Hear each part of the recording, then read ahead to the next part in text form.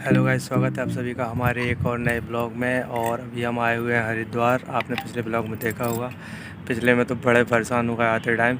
तो अभी हम यहाँ पहुँच गए हैं, कल के पहुँचे। हालांकि कल शाम को 7 बजे करीब हम पहुँच गए थे। और अभी हम आए हैं देव संस्कृति विश्वविद्यालय, जो कि पीछे आप देख सकते हैं।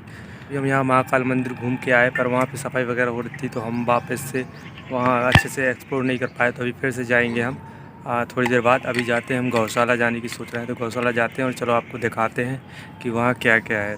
तो बने रही हमारे आज के इस ब्लॉग में। चलो ब्लॉग को कंटिन्यू करते हैं।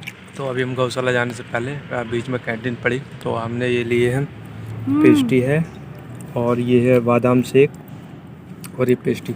ये शांति कुंज में भी चिल्ला रही थी कि पेस्ट्री खाना। तो फाइनली वहाँ पर भीड़ ज़्यादा है, अभी कैंटीन में बहुत ज़्यादा भीड़ रहती है। तो ये छोटा केक यहीं पे लिए हैं, तो इसको खा लेते हैं और उसके बाद जाते हैं। ये बड़ा मस्त है, लेकिन पेस्ट्री है, बड़ी मस्त है। यहाँ पे एक चीज़ ये है कि सब मिलावट वाली कोई चीज़ नहीं रहती तो खाने में यहाँ पे। तो चलो हम खा लेते हैं, उसके बाद आगे चलते हैं। ये हमने एक खा ली है, बड़ा मस्त लगा। ये जो ठंडाई थी बादाम की और काय की बनती, काय की बनती कभी थी केसर पिस्ता बादाम। केसर पिस्ता बादाम, बड़ी मस्त, एक नंबर। ऐसे तो मैंने अभी तक नहीं खाया कहीं, न पिया। तो हम गौशाला के लिए जा रहे हैं। यहाँ पे बहुत सारे, कम से कम 1000 से ज़्यादा आम के पेड़ है, पीछे भी दिख रहे हैं। और यहाँ भी देखो, ये पूरे सारे आम के पेड़ हैं। यहाँ पे इस साइड पे गायत्री विद्यापीठ है, विद्यालय, बच्चों का विद्यालय है, वो है आगे। यहाँ पे बड़ी सी पानी की टंकी है। तो यहाँ पीछे में है बहुत बड़ी पानी की टंकी, जहाँ से पूरे विश्वविद्यालय में पानी की सप्लाई होती है। और आगे यहाँ पे कागज़ बनता है और फल सब्जियों से जो प्रशिक्षण दिया जाता है वो होता है। पशुपालन के लिए गाय वगैरह का पशुपालन का प्रशिक्षण भी दिया जाता है। ये देखिए यहाँ पे पेपर कैसे बनता है उसके बारे में बताया गया। आगे इसका प्रैक्टिकल भी होता है, जहाँ पेपर बनता है। अगरबत्ती प्रशिक्षण का काम होता है। तो अभी हम गौशाला जाने से पहले जा रहे हैं, जहाँ पर कपड़ा बनता है, वहाँ जाते हैं, वो आपको दिखाते हैं, है ना।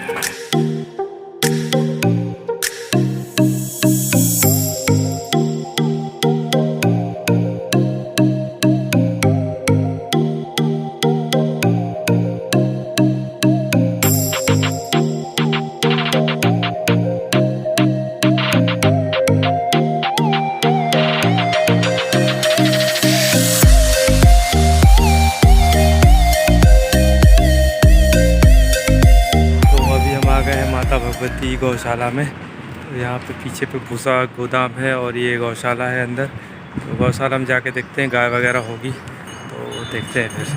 चलो, तो हम गौशाला के अंदर है और यहाँ बहुत बड़े बड़े गैया है।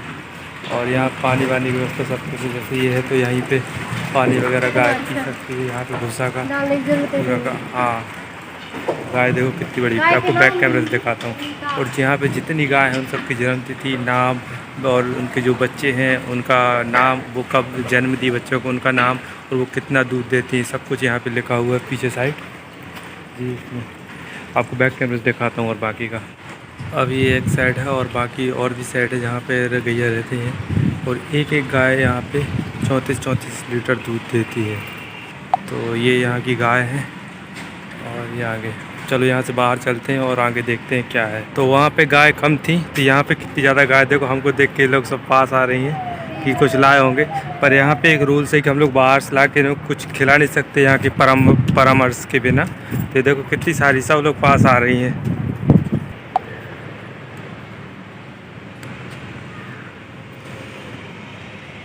यहाँ जो गाय है, इनको ये नमक का बड़ा सा एक गिट्टा रख देते हैं, ताकि ये नमक इसको चाटती रहती है जैसे ये चाट रही है। तो ये इनका शरीर हेल्दी रहता है इससे। ये बहुत सारी गाय है। तो वहाँ से हम थोड़ी आगे आए, यहाँ पे नए जन्मे हुए अभी कुछ दिन पहले के बछड़े हैं, जिनका यहाँ पे चिकित्सा वगैरह होता है, इलाज वगैरह जो भी इनको प्रॉब्लम रहती है तो वो सबका ट्रीटमेंट यहाँ होता है बछड़ों। तो अभी यहीं पे घूमते घूमते हम आ गए हैं गोबर गैस प्लांट के पास, जो यहाँ का प्लांट है। यहाँ पे जितनी जगह भी खाना बनता है सब इसी गैस से बनता है। तो चलो आपको बैक कैमरे से दिखाता हूँ यहाँ का गोबर गैस प्लांट। तो ये है एक बड़ा सा गोबर गैस प्लांट, जहाँ पे गोबर आता है और गैस इस तरह से बनती है। देखो यहाँ पे ये दिख रहा है जी, ये अभी प्रोसेस कर रहा है अपना। ये प्लांट के ऊपर जो ये पाइप है, यहाँ से गैस निकलती है। और ये जो पाइप है यहाँ से गैस निकलती है और यहाँ पे ये पूरा है। और यहाँ से ये पूरा गोबर आके यहाँ पे इकट्ठा हो जाता है और यहीं से जाके पूरा गोबर उसमें वहाँ से गैस बन जाती है। यहाँ पे गोबर पूरा इकट्ठा होते जाता है। जो वेस्ट निकलता है वो सब खेतों में खाद के रूप में उपयोग किया जाता है। यहाँ पे कोई भी चीज़ वेस्ट नहीं जाती है। तो गाइस आपको एक चीज़ बता रहा हूँ, अभी मैं यहाँ पे बैठा हुआ, मेरे को याद आएगा आप सबको बता दूँ। कल हुआ क्या कि हम लोग निज़ामुद्दीन स्टेशन में आके रुके हुए थे और हमारी ट्रेन वहाँ से 9 बजे थी, जो कि लेट होके 9:30 तक आने वाली थी। तो हम लोग प्लेटफॉर्म में बैठे थे। प्लेटफॉर्म 2 में हमारी ट्रेन आनी थी और पीछे प्लेटफॉर्म नंबर 3 था। तो सुबह 4 बजे से हम वहीं पे बैठे रहे। काफ़ी टाइम हो गया था हमको बैठे बैठे और एकदम से कन्फ्यूज़ हो गया, जो ट्रेन है प्लेटफॉर्म नंबर 2 में आने वाली है या 3 में आने वाली है। तो एक और ट्रेन वहाँ से, जिसमें ना वो कहाँ जा रही ये लिखा था ना उसका नंबर लिखा था, बस ट्रेन आई और प्लेटफॉर्म नंबर 3 में खड़ी हो गई। तो हमें ध्यान नहीं रहा और वो उसी टाइम पे आके खड़ी हुई और हमने बिल्कुल ध्यान नहीं दिया और जाके उस ट्रेन में बैठ गए। सीट भी मिल गई, जो हमारा रिजर्व था वो डिब्बा मिल गया और वो सब कुछ मिल गया और वो ट्रेन चली भी बढ़िया चली और जाके नई दिल्ली में आके रुक गई। अब नई दिल्ली में बोले कि चलो उतरो भाई, आ गई ट्रेन। अब वहाँ पे कन्फ्यूज कि भाई यहाँ कैसे ट्रेन आ गई, हमें तो आगे जाना था। वहाँ जाके पता चला कि नहीं ये ट्रेन नहीं, वो दूसरी ट्रेन है, ये दूसरी ट्रेन है।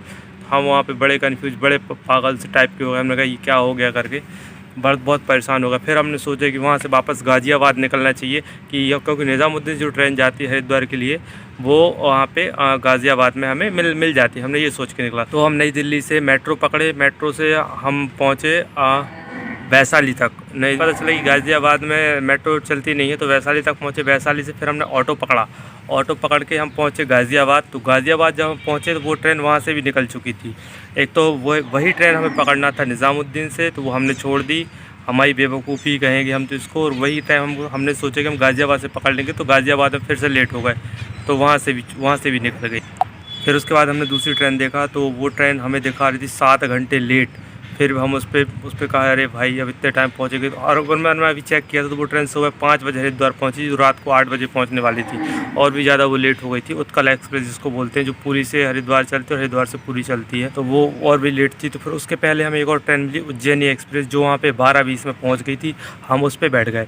तो उस पर बैठे तो उसकी हमारे पास टिकट ही नहीं थी, क्योंकि तुरंत पे टिकट मिलती नहीं थी। तो टिकट ना होने के कारण हम जनरल डिब्बे में बैठे और पहुँच गए यहाँ हरिद्वार तक। बीच में हमें टीटी मिल गया। अब टीटी से बात हुई तो टीटी बोलता भाई यदि तुम चालान कटवाओगे तो तुम्हें 900 रुपये 1000 रुपये करीब देना पड़ेगा, नहीं फिर तुम जितना तुम्हारा किराया लगता है वो दे दो और चले जाओ करके, कोई कुछ नहीं बोलेगा। तो हमने उसको अलग पैसे दिए और उसके बाद फिर हम हरिद्वार तक आए। और उसके साथ साथ हम शाम को 5 बजे हरिद्वार पहुँचे, जबकि हम पहुँचने वाले थे 2 बजे। इतनी परेशानी कभी नहीं हुई होगी। खैर ठीक है, अब जो भी होता है अच्छे के लिए होता है, यही सोच के आए। यही चीज़ थी कल, इसी वजह से हम काफ़ी परेशान थे। तो मैंने पुराने वाले ब्लॉग में ये सब नहीं बताया था, तो आज आपको ये सब चीज़ें क्लियर कर दी।